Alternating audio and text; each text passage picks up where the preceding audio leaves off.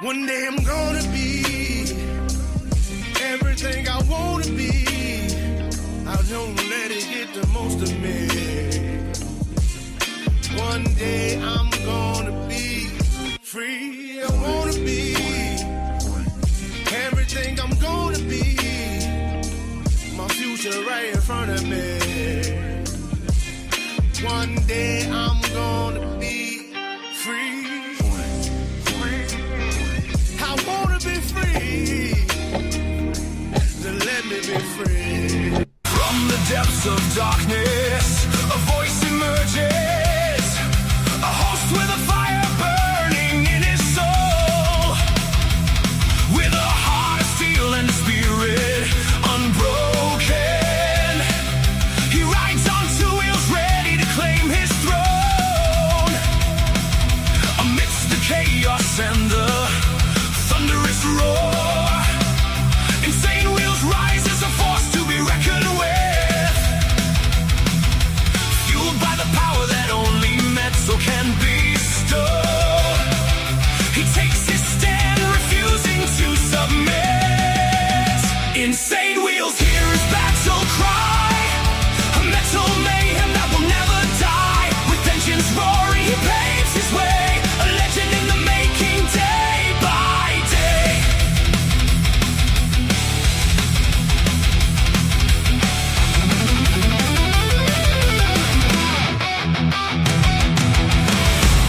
Oh, yeah, baby. Much love, honor, respect, everybody. Hopefully, everyone's enjoying the Whip About Wednesday. Let's get it. All right. So, as you guys can see from the title here, Trump strikes Canada tariff deal. And actually, I should have really had a question mark on that. Now, that's why I have it on the thumbnail like that. But we'll get more into that here in a minute as to why there would be a question mark. And then Iran tensions escalate as well as Michigan protests erupts. All right. We got a lot to discuss this morning, as we always do. All right, so let me give you guys the chronological timeline of what we're going to be discussing first, and then we'll get into the madness. First, we're going to start off with Speaker Mike Johnson delivers remarks in Lansing, Michigan, it looks like.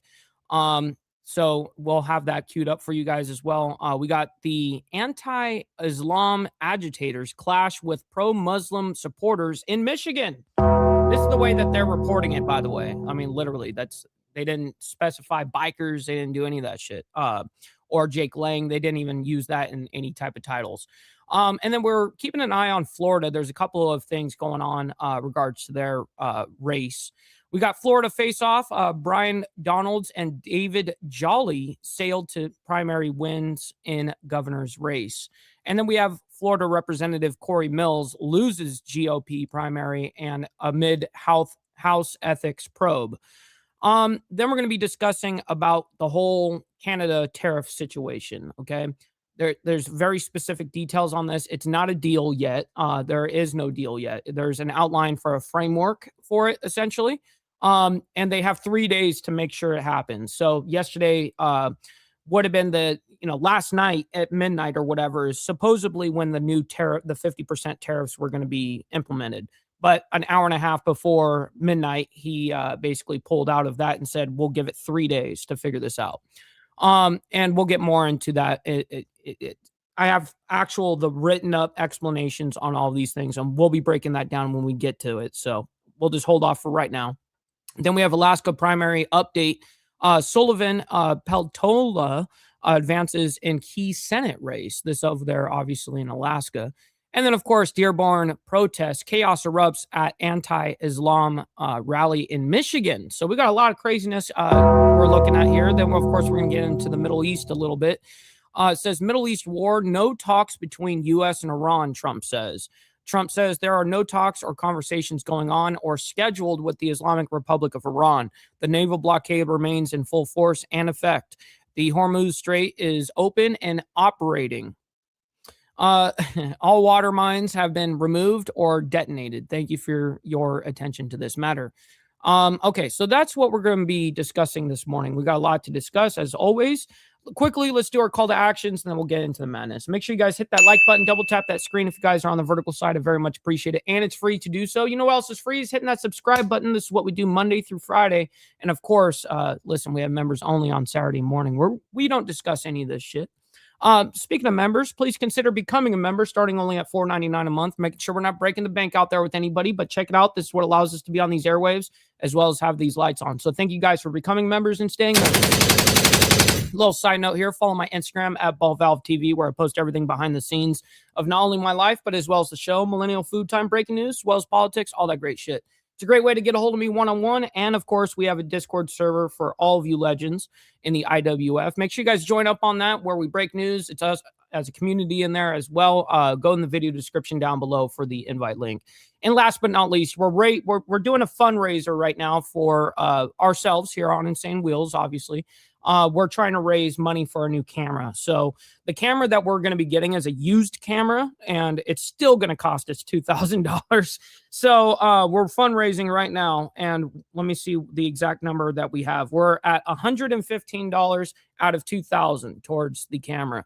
So if we can go ahead and help out the homie, you know what I mean, so that we can get ourselves a new camera, man.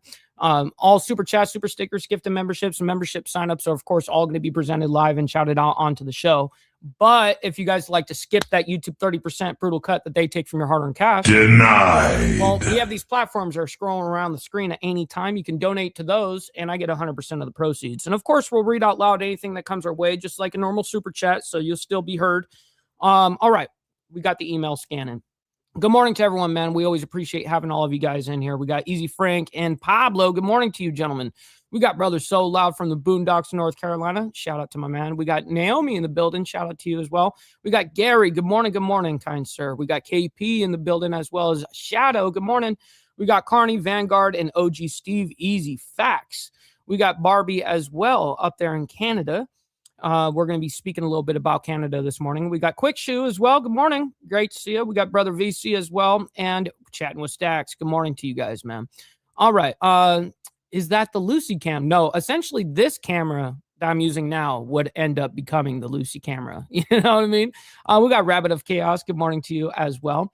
And that's right. That's facts, Virginia Chaos. That would be smart. Anyways, we got a lot to discuss. Let's go ahead and start with what Mike Johnson was speaking on. He delivered remarks over there in Lansing, Michigan yesterday. So let's figure out what was going on with that, and then we'll get into the big protests over there. The anti-Islam agitators clash with pro-Muslim supporters in Michigan. All right, let's go ahead and bring this up and figure out what the hell is going on here. Very much part of our downtown. So the Tower on Grand is one of $350 million worth of projects we're developing downtown. It's $187 million. The rest are 4 more projects: the Washington Square Building, the Capitol Tower, Old Town, and the Ingham Building for the legislature. So we're really, really honored. This is 2 weeks in a row. We've had various esteemed guests coming to look at what we're doing. And we're so honored to have Speaker Johnson here, a chance to show what Lansing is about. He comes from a small town called Shreveport, very much similar in economics. And our purpose in building these jobs is to bring people downtown. We lost the core of our workforce, 12,000 people during COVID when the state employees all went home and didn't come back. So we're bringing people back. And now, Speaker Johnson, yes, so honored to have you here. Hey, thank you so much. Well, yeah. We appreciate it so much. I'm so grateful to be here with my dear friend and colleague, Tom Barrett. Michigan's 7th District is so important to us. And it's so good to be in Lansing and to see all this economic development. What's happening here is a great snapshot of what we plan for the country, the policies that we put in place to make sure that we do provide greater jobs and greater opportunities for growth and expansion, and what Paul and his team are doing here. It does remind me a lot of my hometown in Shreveport, Louisiana. Similar population in the municipal area, similar background. Some of the buildings look the same as in my part of the country. And we need that revitalization to provide more and greater jobs and higher wages for hardworking people. That's what Tom Barrett has been working on in Congress. I'm delighted to bring a lot of colleagues and friends here along for reinforcements for this very important battleground district. Everybody knows the dean of the delegation here, Ken Wahlberg, who's the chairman of our House Education Workforce Committee.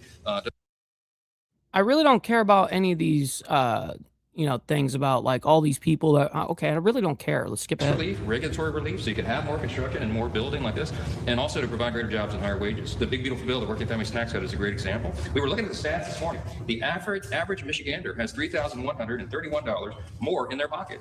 That's the average tax cut in the state, because we did what we said we were going to do. We cut taxes, regulation, got the economy going again. And we know prices are high right now, and we're working every day to make sure they continue to come down. What's up, Charlie Rose? Good morning to you, by the way. Remember that we inherited from the Biden-Harris administration the highest inflation in 40 years, so it's taken a while to climb out of that. The Iran conflict is going to... Oh, that's on their Make side. sure the gas prices stay low, and that will bring down the prices of groceries as well, because the transport costs of oil and gas. But every Man, nothing's going to be going down, cuh. Let's just be real about day, it. Republicans are working really hard. Now, Tom's opponent wants to do exactly the opposite of everything I just said. Tom's opponent was the founder of the Democrat Socialist America in Michigan, their chapter. He opened it in his living room. And you've seen what their platform is. They want to abolish the border. They want to abolish prisons in America. They want to abolish the U.S. Senate, remove the president. Okay, so it's just going to be a slagging ordeal with the Democrats, really. So anyways, that's enough of that. Let's get into this anti-Islam agitators clash with pro-Muslim supporters in Michigan. Now, we got a couple of updates on this. We got two, one from yesterday, and it looks like one from this morning, only 2 hours ago. So we definitely have some footage for you guys. Let's go ahead and bring this up and figure out what is exactly going on with this shit. And also, I think we need to start embracing our fuck-ups. Don't beat yourself up over past mistakes. You are going to fuck up again in the future, quite possibly in a most spectacular fashion. Why worry about yesterday's fuck-ups when you have tomorrow's fuck-ups to look forward to? You are a fuck-up, and fucking up is part of your growth process. Embrace the process. We shall always embrace the process. That's a fact, Jack. The BS coming out of his mouth making my brain hurt. Yeah, no doubt, homie. No one's abolishing prisons or borders. Yeah, well, I mean, maybe the borders, but you know how the left really pushes for open borders and stuff like that. But the prison stuff, I think they like prisons too. All right, let's go ahead and bring this up and figure out what's happening here with this. I'm going to shift gears right now and show you a live look that we're getting out in Dearborn, Michigan right now, as there is a protest happening ahead of a city council meeting there. It looks like a very, very active scene still. Our partners at Fox 2 Detroit are currently in coverage of this. Let's go ahead and listen into that here on Live Now from Fox. Police barricade right here that's happening. You see the line of people, right? They're out here, and they at 6 o'clock, roughly 6 o'clock. That's when people started moving towards the entrance of the library, and we got kind of lost in the melee, separated from one of my photographers who ran up ahead, was able to get some very good shots of Jake Lang as he was entering the area, and then at that exact moment, we saw police come out and use some sort of spray, pepper spray or some sort of thing on the audience that was out there, and knocking them back. We saw some people reaching for water bottles, and then the crowd started to gather a little bit more and push towards that entrance. That's What up, Ashton? Good morning to you, by the way. Great to see police you. retreated a little bit and came out. When you see this full show of riot gear here setting this perimeter, they came rushing out, pushed me back. I was actually separated from my photographers at the exact moment that Jake entered this kind of square here, and has been kind of talking to the masses. That's kind of where we stand right now, is the people on the perimeter just waiting to hear from him, but also playing music loudly so they can't hear him. He's got a loudspeaker. Many people are holding signs, and the protest continues. The first thing that I saw, Steve Easy, when the arrival thing happened or whatever, when they were parking their bikes or whatever, the first thing I saw was LEMC. I was like, okay, yeah, that's the type of time they're on. KP knows the deal as well. That's right. Dave, we hear that there's about 150 people that are able to go into the city council meeting. You're not hearing anything that the meeting is going to be canceled? What's up, Jamie Lindsay? Good morning to you. Hopefully you're enjoying your Whip 'em Out Wednesday so far. And by the way, this goes for everybody. Let's get the likes up, man. Appreciate that. That's free to do so. Double tap the screen if you're on the vertical side. Modified, moved, or anything like that. And other question, are there people inside now that are waiting for the city council meeting to start? Well, it's not clear from this vantage point if people were able to get in. My guess would be not from this point. Now, they could have gotten in. We were told if we were planning on attending this meeting that we needed to enter from the backside of the library. So it's possible that people in there right now were able to abide by those rules, go in through the proper channels. But I'm fairly confident to say that nobody was able to get in from this vantage point, judging by the sheer number of police that have set up this perimeter, making sure that nobody is able to get any further than where they are right now. As for what's going on inside, I can't speak to that. Dave, we also heard that there may have been people with some weapons. Now, I'm not saying it's right or wrong, but are you... I'm sure there's people that are carrying, but you got to be careful in these certain states and their gun laws where they will try to do everything to fuck you over. Anyways, let's figure out what's happening with this. Minutes ago, and he is making his voice heard well ahead of that city council meeting. We're warriors for Christ. They say they're warriors of Christ. This is a Christian Jake Lang. message, but you basically, mean, when you see the amount of tension here, yet you say you have a Christian message. Get Jacob. Get Jacob. So, Jake Lang, you've been out here. What is your message for City Council? City Council needs to understand that there increased aggression against Christians, including the mayor himself, who told a Christian pastor that there will be a parade the day that he leaves. This increased two-tiered persecution of Christians, where Muslims are allowed to stone us on the streets without repercussion. They're being treated like kids when the Christians come out here, and we have hate crime charges they're trying to levy against us just for speaking the name of Jesus. This is a pro-Christian activist who announced last week that he would be speaking to city officials. After I was stoned. That he would be speaking to city officials at the city council meeting. And basically, as you can see, there are a number of people here who have showed up before this meeting ahead of city council. Police have a perimeter around. What's up, Carrie, by the way? Good morning. To keep everyone safe. The tensions here are very, very high. Police are here on the ground. They're on the roof of this library. Oh, yeah, I'd imagine so, Tommy, for sure. They are working to keep everyone safe because tensions are so high out here. Now, Jake says that he has a Christian message, but as you can see, it has basically excited a lot of tension, a lot of hate speech, and a lot of derogatory feelings toward Muslims. Again, we're going to be out here all evening long covering this from all angles to make sure. What's up, Miss Lotus? Good morning, by the way. This message and the coverage is fair and balanced. But as you can see, Jake has been out here probably for about 40 minutes now, speaking with the megaphone. He's got a lot of followers out here. There are obviously some counter demonstrators, but he says that he is trying to take Dearborn back. He wants to get his Christian message out here, and this is how he's doing it. So again, we're going to be out here all evening long.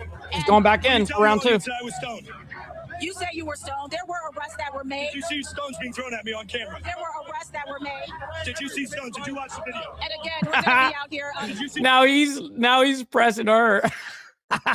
Somebody punched me. You Ingrid, see me be assaulted. Can you agree that I was assaulted? Ingrid, can you ask him if he can and Muslims can sit down and talk about their differences? Would he be willing to do that? Neither side would be willing to do that. Just FYI. Okay. As a Christian, we just want to figure out how you are promoting peace with this. We are promoting peace through strength. We keep on rolling down and showing our bellies to the Muslims, and they take us over more and more each year. Peace through strength. Peace through strength. All right. As you can see, police are here covering the door here of the library. We're going to be out here all evening long. It's unsure if this city council meeting is actually going to. Oh, yeah, no doubt. And Muslims are, very smart in the way that they move throughout the world. They definitely, and especially the United States, they go after congressional districts, and that's how they also get enough people there that their own people will vote them in. So it's crazy. Take place today, but again, we're going to be out here. We have several crews covering it. Back to you. All right, thank you, Ingrid Kelly. Right in the midst of things. That was Jake Lang. That's the person from that he is the obviously promoting a Christian a rally, I guess, of sorts, and that's what he was doing. So let's go back to Dave Spencer right now. Dave, what do you have for us? Yeah, Charlie, I moved a little bit back so we can give a little bit more perspective of what's happening out here. This is kind of the circle outside of the main entrance to the library. Again, the plan was for everyone to go in the back side of the library. They had well, it is a decent amount of people that showed up. These yellow fences setting the perimeter up, and right around 6 o'clock is when a group of people decided that they were kind of going to breach the perimeter, so to speak, and try to get in via this area of the library. And they were able to do so up to a point, and that's when police kind of stepped to that doorway and used some sort of spray on a few members of the crowd. We saw them kind of rear back and start spitting and rubbing their eyes, and then they used water to kind of wash away whatever was in their eyes. Yeah, I'm sure it was a little bit of a little bit of that mace. All right, let's go and scroll ahead here because we actually have an update from this morning coming out just 2 hours ago. So I really want to get to that. But they're showing, different images here now, I guess. Let's see what this is. Is this a counter terror or counter protest, or what's going on here? With Lang, when he was making his way. Counter protest to the counter protest. Jake Lang was making his way over to the library. There was that. We then saw some kind of a situation where people were running towards the street, but everything is peaceful where we are. I think most people are listening to, again, the speeches up by the main American flag right there by the doorway. It's a lot of people just kind of gathering around pretty much with different forms of messaging. A lot of there's 3 guys dressed up as Spider-Man, so maybe there's a message there, perhaps. But yeah, it's just pretty much gathering out here. I'll take a look one more time. And you can see. Damn, Randy, that sucks. Good morning to you, by the way. It's just people talking right now. Most of the rhetoric, maybe the hotter stuff, by the stage there.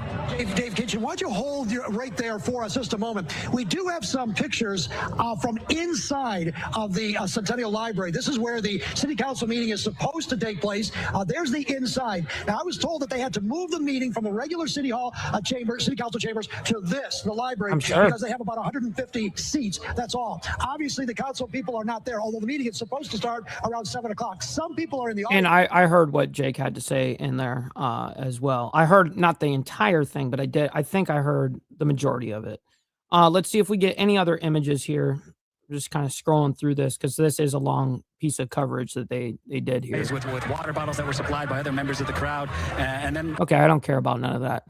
All right, we'll get to the update here in a few, but we do everything chronologically as they came out since our last show, which was yesterday, obviously.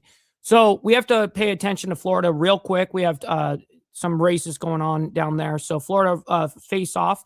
Brian Donalds and David Jolly sailed to primary wins in governor's race. And then right after that, we have Florida Representative Corey Mills loses GOP primary amid House ethics probe. So let's go ahead and bring this up, figure out what is happening over there in Florida. Getting some race results in. Let's head to Florida as we're learning that Byron Donalds has officially secured his path to the general election in November. He will be the Republican running for Florida's governorship come later this year. Florida Governor Ron DeSantis, who is term limited, again, it'll be Byron Donalds. He's going to be winning on the Republican side. David Jolly, we have heard Jolly and Donalds talking about each other quite a bit because both of the men expected that they would eventually face each other in the general. We now have a race call for David Jolly as well. So that officially makes the match for November. We will have Byron Donalds, the Republican, versus David Jolly, the Democrat, heading into the general. Byron Donalds is a Trump endorsed, and he was the clear front runner for that. Moving to the Senate, Ashley Moody with now the check mark next to her name. Byron. She had a pretty big victory, really was 80% to a 14% there. And they've just got over 3/4 of the votes tallied. So Moody will be advancing to the general. And on the Democrat side of things, it will be Angie Nixon who is going to be facing off against Ashley Moody. So Ashley Moody was appointed the incumbent. She was former attorney general. We do know that the November winner will complete the final 2 years of Marco Rubio's term. Angie Nixon is a progressive state representative, by the way. She's going to be defeating Alex Vindman, and that was a bit of a closer race, although Nixon getting the race call in her favor with 83% of the votes tallied so far. The AP calling it again, Byron Donalds and David Jolly will compete to replace Ron DeSantis as Florida governor. We have been watching this race closely. Byron Donalds really has kind of turned himself into a national brand. You see him on the Sunday morning shows and the talk. What's up, Tiffany? Good morning. Shows so often. So Donalds is currently a U.S. representative, and again, he is Trump endorsed. And there it is with the AP race call, saying he gets the Republican nomination for Florida governor, securing the nod with President Trump's endorsement. He could become the state's first black governor, according to the Associated Press. So now he was in the Senate prior to this. You know what? It looks like Fox 13 in Tampa is live right now. Why don't we dip into their coverage for a little bit? They'll more than likely be talking about all of these results, both local and national implications. Let's listen in. This is happening live right now. Over the last couple of months, as we followed the candidates and their reasoning for doing what they're doing, I have learned so much. And we even had Angie Nixon on here live. I mean, she was very vocal about everything she stands for. I mean, remember when she was House of Representatives, my bad, going around on the floor, Congress, with a big megaphone. What was that about again? Well, she was protesting redistricting, gerrymandering. Yes. Let's call it for what it is, gerrymandering. And then she took to the floor with a bullhorn in a show of disruption. I can say tactically it may have backfired because you had a couple of Democrats who said they voted the wrong way. And one of those Democrats say they were so distracted by Nixon over there, they just got confused. They pushed the wrong button. So she may have taken the numbers in the wrong direction. But what happened, she definitely got noticed. And this is interesting. Now, I haven't been following Florida's politics, but it is interesting that it did come out. Now, here's the what they show for the Democrat side. David Jolly has 62%. He's won that by a landslide for that. And I don't even know how many people in total actually were in the race. I think here we had 9 people in the lieutenant governor's race here locally where I am. for Alabama, right? So it was a lot of people on the ballot this last time. Anyways, let's go into this real quick. So Corey Mills loses GOP primary amid House ethics probe. Let's quickly get into that, and before we get into the tariff situation with Canada. One of the races that we've been tracking closely is Florida's 7th district. Corey Mills for Florida's. God damn it. Accidentally misclicked. Ben declared the victor. You see the check mark next to his name. He's actually speaking live right now. Let's listen in. Gubernatorial candidate. And, you know, my opponent wanted to hit me a lot that I would not weigh in on the governor's race, and I did that for one reason. I didn't endorse in any races, and part of that was we had people that endorsed us or supported us from all different walks of life, and I wanted to make sure we were staying united, and that's one thing. Our goal now is to win in November. We'll talk. Shit, what's up, Blair? Great to see you in the chat, by the way. Hopefully you're enjoying your Whip 'em Out Wednesday. About that more later, but the way you do that is you grow your party, and I think that's something we've done. We had someone today that told me he hadn't voted before, he hadn't been at a political event. Those are the people that you pull in, and I think that's going to make us very strong in November. Beyond that, I also want to thank Beck Talipov is here. Beck is not only was one of our big donors early on, and if you give some of my events, that first month was really hard. I talked a lot about when you're a news anchor, you get a lot of phone calls back when you make phone calls, not when you're running against an incumbent that first month. It's interesting. They just don't want to get involved in that race. And we had a lot of courageous people that I'm going to mention. Yeah, you want to see what kind of support you get running politics. There's a lot of people that were like, hey, we're willing to help, but we're not willing to like make that public. You know what I mean? there's a lot of, interesting dynamics within politics for damn sure. I'm glad that I've been able to be a part of it, actually be on the ballot myself, and now of course continue running here locally. Tonight that freed that up. So Beck, I really appreciate that. And Beck's son, Jacer, has been fantastic for us as well. Be safe, Miss Lotus. That's so funny. No, I've got them sped up, by the way, 1.25 times, by the way. Curtis and Laura Hodges are another fantastic group. And the significance of that is early on, again, I kept getting hit. We knew we had all the support, but we couldn't mention anyone that was supporting us. Well, Curtis got tired of that. We put a list of about 40 people. We put Dan Newman at the top of that, and people got pretty quiet after that when they saw that list. And that was a big moving stone from us. Also, Bertika is here as well. And Bertika, thank you. And Governor DeSantis, I think leaders lead, and what we saw from Governor DeSantis this week was leadership, standing up and saying this district needs new leadership. You know, the most, this week, if you follow me, we did a Newsmax interview, we did a CNN interview, we did all these local interviews, and the one question, we got on the radar, the national radar. First of all, we got in the race. When you start with Fox News and New York Post and those covering your race, that's a really good thing. The number one question I got the last week was President Trump. And understand, we have had from the beginning of this indirect channels of communication with the president. I would applaud the president for letting this competitive primary play out. And if you notice this weekend, and I did, I've always said it's what you don't hear. He knew what he was doing. He let this primary play out. He let the people in this room and the people in Volusia County and Seminole County pick their representatives. So thank you to the White House and the president for doing that. One of my dear friends, Congressman Mike Erupts, we have known each other a lot of years. And I got to tell you, without his support early on, I've always thought this is something I could do and God had given me the skill set to do. You also need to understand how Washington works. And having someone that is so respected like Congressman Erupts and then Anna Paulina Luna, who's been fantastic. Tasha knows we've spoken many, many times throughout this, to have those leaders jump on board with us a couple weeks ago, again, against an incumbent and against a presidential endorsement. And they did that anyway. That is courage right there, and I applaud them for that. So our very first endorsement, and I really did not ask for endorsements other than one exception, Sheriff Chitwood and Senator Wright. Those were our very first two endorsements. And when you talk about leaders, I want to... Okay, that's very cool and all respect. Cool, but we're moving on. All right, so we got Trump says deal has been reached to delay tariffs on Canadian imports. Well, let me go ahead and actually explain what's happening here, okay? Try to keep it layman's, because this is a little bit more complex than what Trump is making it out to be. So Trump was about to impose those new 50% tariffs on roughly $20 billion of Canadian goods starting today at midnight. These would hit products including dairy, wine, furniture, and other Canadian exports. And importantly, some would have been hit even if normally protected under USMCA. Now, that's coming out from Reuters, by the way. These are all right here coming from Reuters this morning.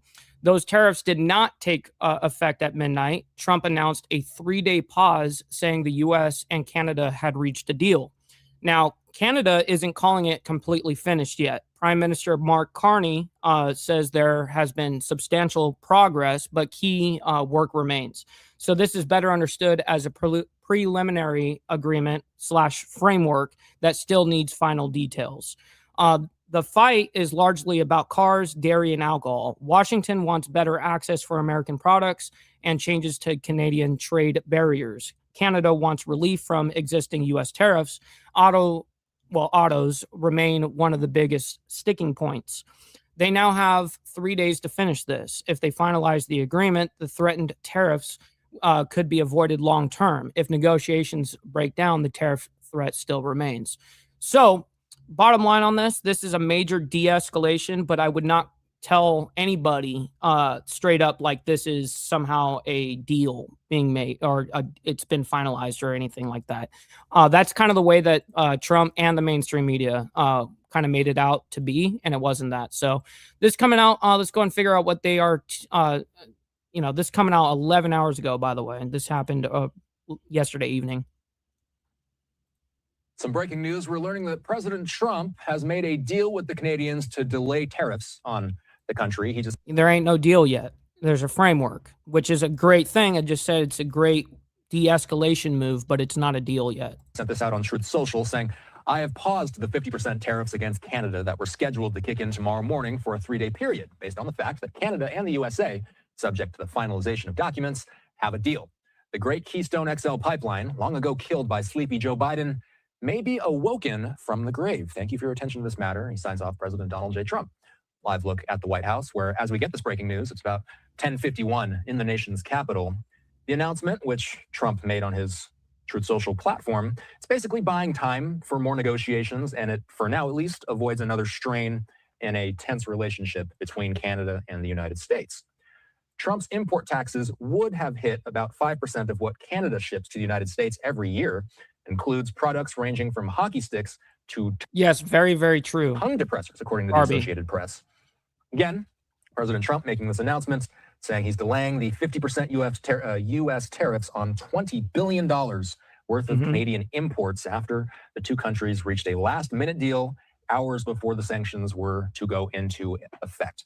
We'll let you know if we hear anything more from President Trump. We'll let you know if we see any statement. Of course, that's what we're going to do as well. So real quick, I have here. So what were the 50% tariffs actually targeting? People were asking the question. This coming out from the White House. The July 20th, Trump I can't say the fucking word. I'm too retarded. Targeted Canadian practices involving automobiles, dairy products, and alcoholic beverages, among other goods. Products potentially affected included things such as milk and dairy products, liquor and wine, automotive related goods, hockey equipment, and particle board. Very, very interesting. So anyways, just wanted to clarify what the actual position is objectively. Okay, let's go ahead and get into Alaska now. We have the Alaska primary update. Sullivan, I don't know how to say the other, Peltola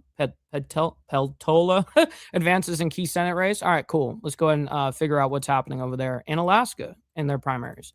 We just got it done with a little bit of, Florida. Now let's see what's going on over there in Alaska. Oh, you know what's a good thing we haven't done yet? We got to do it right now. Let's just go ahead and do the money part. All right, just get the money part done. Give me money. Money me. Money now. Me a money needing a lot now. Feels ultra good to be a G. That's going to be the best propaganda you get all day right there. Welcome back to Live Now from Fox. I'm Shauna Kalafi. We have been following primary elections in 3 states tonight, Florida, Alaska, and Wyoming. And we are getting some race calls in Alaska. Republican U.S. Senator Dan Sullivan and Mary Peltola will advance from Alaska's U.S. Senate primary. The general election is a ranked choice contest. So in Alaska, voters were choosing from a long list of candidates for that competitive U.S. Senate seat. 16 candidates in the state's all-party primary. Again, at the top of that ballot and now advancing, we have Republican U.S. Senator Dan Sullivan going for a 3rd term.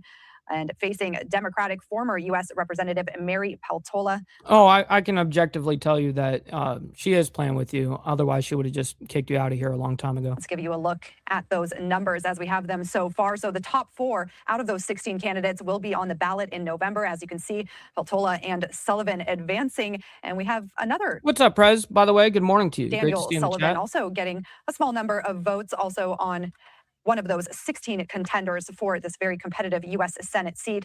This Senate seat is expected to play a pivotal role in determining which party will hold the majority in the chamber next year. And we are also learning some results in the race for governor there in Alaska, also an all-party primary. We have 2 candidates advancing so far, Jonathan Creese-Tompkins and Tom Begich, with 21% and 19% of those votes, almost half of the votes counted so far in this governor's primary there in Alaska. Interesting. Let me back this up here so that you guys can see it without the thing on it. 21% and God damn it. There we go. 18,000 to 16,000. Wow, fucking close for governor over there. Very close race, and that's at 59%. So interesting. Now they'll move into their own race now.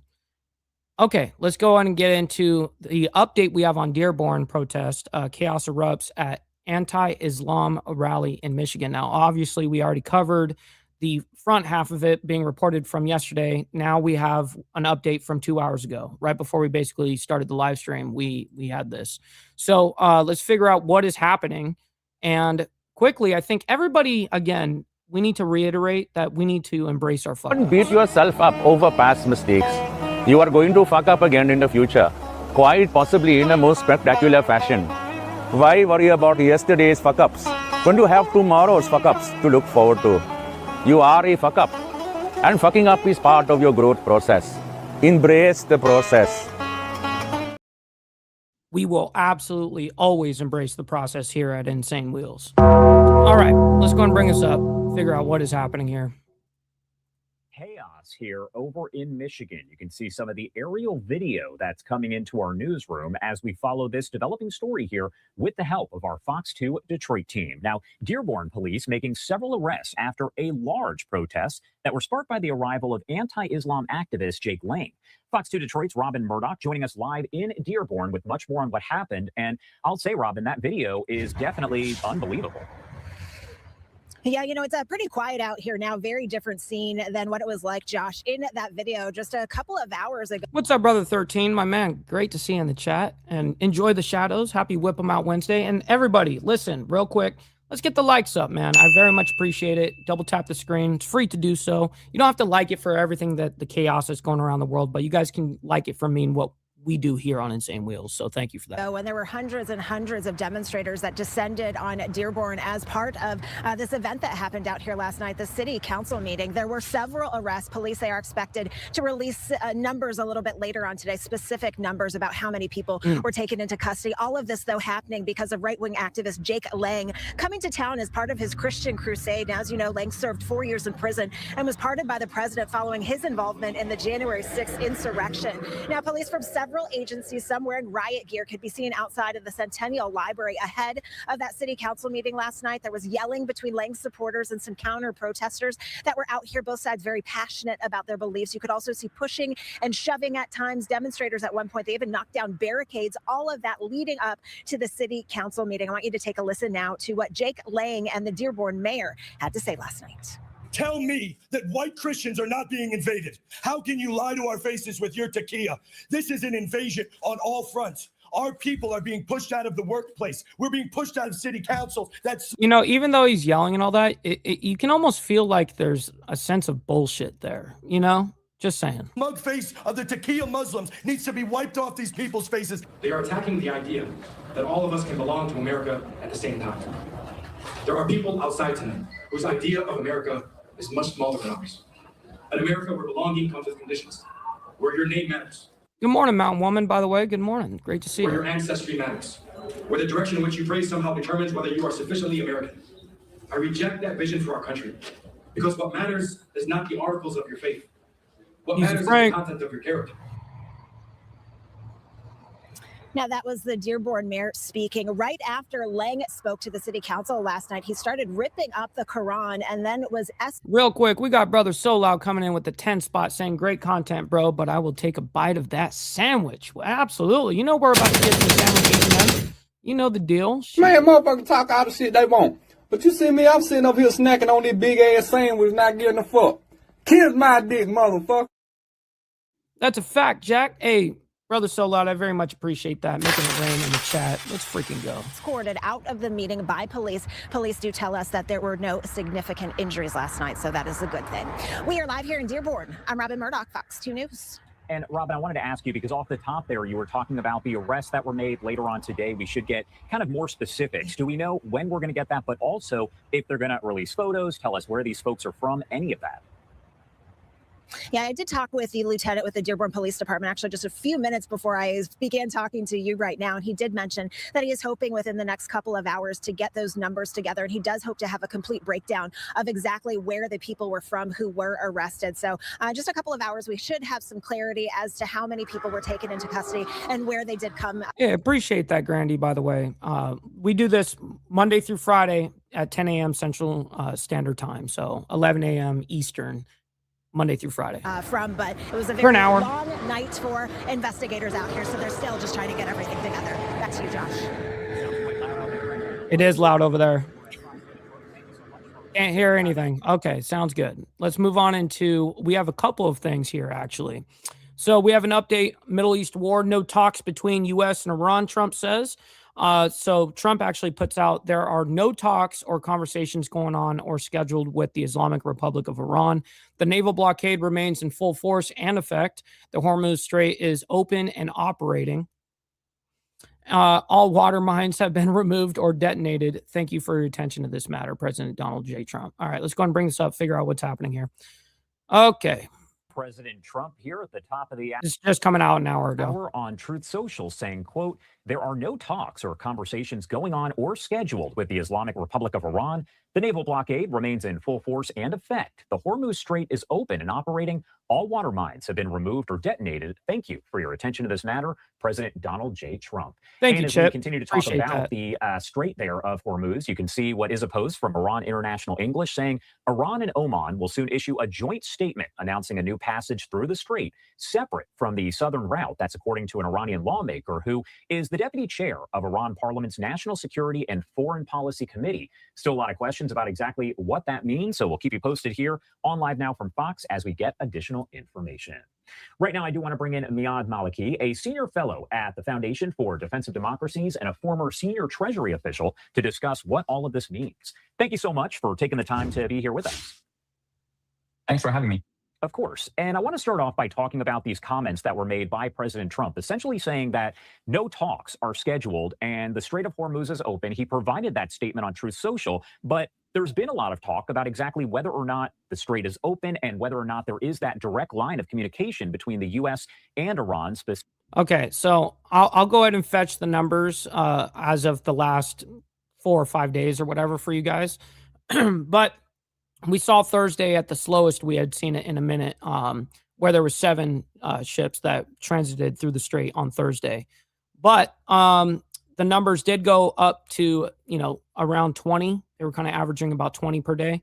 But that's nowhere close to, that's 10% of what it used to be before the war, because we were kind of averaging about 200 on average. You could say anywhere from 175 to 225. You could be in there in that range. But nonetheless, I'll fetch the actual numbers of how many ships have been moving through the strait within the last few days. Specifically the IRGC. So what does that tell us? What do you take away from that statement? So it seems very clear to me that President Trump has taken a different approach recently with Iran and with the Iranian regime. And instead of putting a lot of hope and efforts in talks, just focusing on pressure economically and militarily and diplomatically, as we saw yesterday with UAE's announcement that they're cutting off all commercial and trade with Iran. So I think what was happening here, President Trump, historically, he would have been very clear if there were talks that were ongoing, and he would have messaged talks with Iran just to kind of calm the market. So, oh shit! All right, here's the numbers right now. The numbers are not good. Okay, so this is being reported by Reuters. Saturday, August 15th, 3 commodity vessel transits. Sunday, 2 vessel transits. Monday, 6. And Tuesday, 6, for a total of 17. Now, those are obviously tracked vessels compared to the ones that have their AIS completely off. They're in the dark and they kind of move with the assistance of the United States, that has been happening, and that's where basically you would see maybe a handful of more ships within that number. If there were any talks, I think President Trump would have been very clear about it. But at this point, safe, I easy, think Frank. President Trump again is focused on pressuring the regime. Their flow of oil going through the Strait of Hormuz, it's a very small portion of what used to go through the Strait of Hormuz, but it's slowly coming back. And also remember, some of these Gulf states, they have found other ways, pipelines, for example, to transfer oil out of the region without having to go through the Strait of Hormuz. So you have a region that is racing towards bypassing the Strait of Hormuz. You have U.S. Naval Command that is helping tankers get out of the Strait of Hormuz, and you have the regime in Iran that is slowly losing its ability, and its ability is degrading to close the Strait of Hormuz as it's facing severe economic pressure. It's interesting because we've talked. Listen, we've been talking about this for months now. These guys, all they have to do is survive, and we need an all-out win on the United States. We need them to concede on the nuclear program. We need them to open the strait with no tolls. This is kind of a rough situation that we've got ourselves in, for damn sure. But I forget where I was going with that. But I'll remember here in a second. A lot over the past several days in general here about Oman and how that factors in. President Trump saying during a Fox News interview that if they're willing to basically die for their cause, you think they're not willing to go broke doing their cause? Of course they are. Of course they are. What are you talking about? And reiterating essentially during a Q&A with reporters that Oman better not step in the way and cause any sort of issues there over any kind of negotiations, especially as it factors into the strait. But as Iran International English is reporting, you have an Iranian lawmaker who's pretty high up in the ranks there saying that Oman and Iran are going to issue a joint What's up, Mr. Steiny, by the way? statement about the strait. So can you explain for folks out there what that means and what that could lead to? Well, I think it's really a diplomatic game that Iran is playing with its really little left diplomatic influence in the region, and that's only Oman. And okay, we already know this, and we're having troubles with Oman. Seriously, we've been covering that as well, but no need to stick on this. We don't need to hear the FDD guy over there ramble on. We know it's exactly enough. All right, Carmelo Anthony back in court seeking new trial judge. Now it's saying seeking a new trial, and then it says comma judge. So anyways, this is coming out just 27 minutes ago. Let's go and bring this up, figure out what the fuck is going on here. Welcome back to Live Now from Fox. I'm Stephanie Quinn. Now to a story that we have been following for quite some time, and that is this. The appeals process for Carmelo Anthony's murder trial is getting underway right now. So back in June, Anthony was convicted of killing 17-year-old Austin Metcalf. Definitely not drinkable. And yes, it is salt water. At a Frisco track meet. Well, now his new legal team has a list of requests, starting with a new judge. To talk more on this, I do want to bring in Fox 4's Peyton May, who joins us live outside of the courthouse with the very latest. Peyton, what? Damn, you got some fucking background noise like a bitch. Yes, good morning. Within the last 30 minutes, both the families of Austin Metcalf and Carmelo Anthony entered into the courtroom. Carmelo Anthony also entered a little bit later on. Now, he had his hair cut. He was wearing handcuffs initially. What up, your boy, by the way? Good morning. His defense team asked for those cuffs to be removed, and that did happen. Now, and Brother Sterling. Anthony was sentenced to 35 years in prison for the fatal stabbing of Austin Metcalf a year ago. Anthony has a completely new legal team this time around, though, made up of pretty well-known civil rights and criminal defense defense attorneys, they're hoping for both a new judge and a new trial. Now, today's hearing is focusing on whether a different judge will oversee Anthony's request. Visiting Judge Sid Harrell, who presided over the first Uvalde school shooting trial, will hear arguments here in McKinney this morning. Anthony's attorneys are asking that Judge John Roach, who presided over Anthony's initial trial, is removed from all his future proceedings. Judge Roach previously said in an interview. Oh, shit, real quick. We got Chip coming in with the 20 spot. I very much appreciate that, by the way, my man. He says, bro, we have short memories, and Iran has the opposite. We funded Saddam in the 80s in the Iran/Iraq war and gave him the chemical weapons to kill 1 million Iranians. We aren't blameless here. No doubt, man. Hey, listen, thank you very much for making it rain in the chat, my man. That goes a long way. And for the rest of you guys, you know what I mean? Listen, just get the money part done. Give me money. Money me. Money now. Me a money needing a lot now. massive W to you, Chip. Thank you very much for the support. That he believes Anthony's trial was fair to both sides. What happens today will directly impact a hearing tomorrow. In that proceeding, Anthony's attorneys will request a new trial, raising constitutional and legal challenges to the original trial. Now, they want those issues to be decided by an independent judge.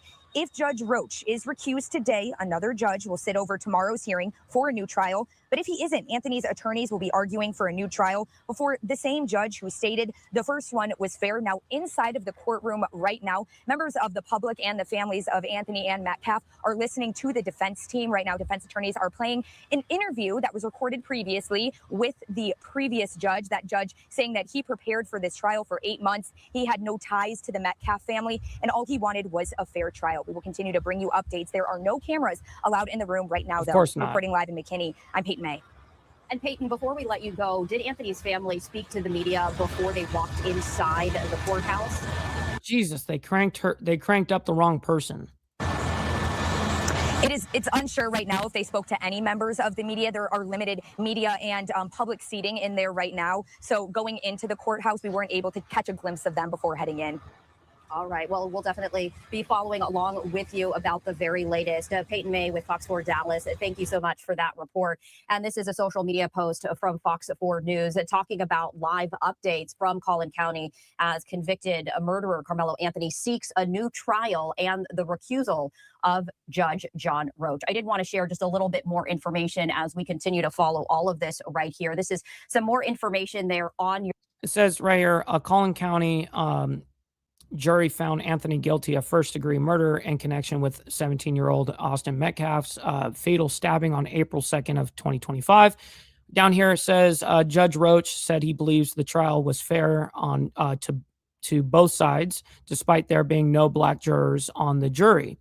This comes amid claims that Roach's post-trial public statements show he cannot be impartial, and a separate hearing on Thursday will consider the defense's request for a new trial.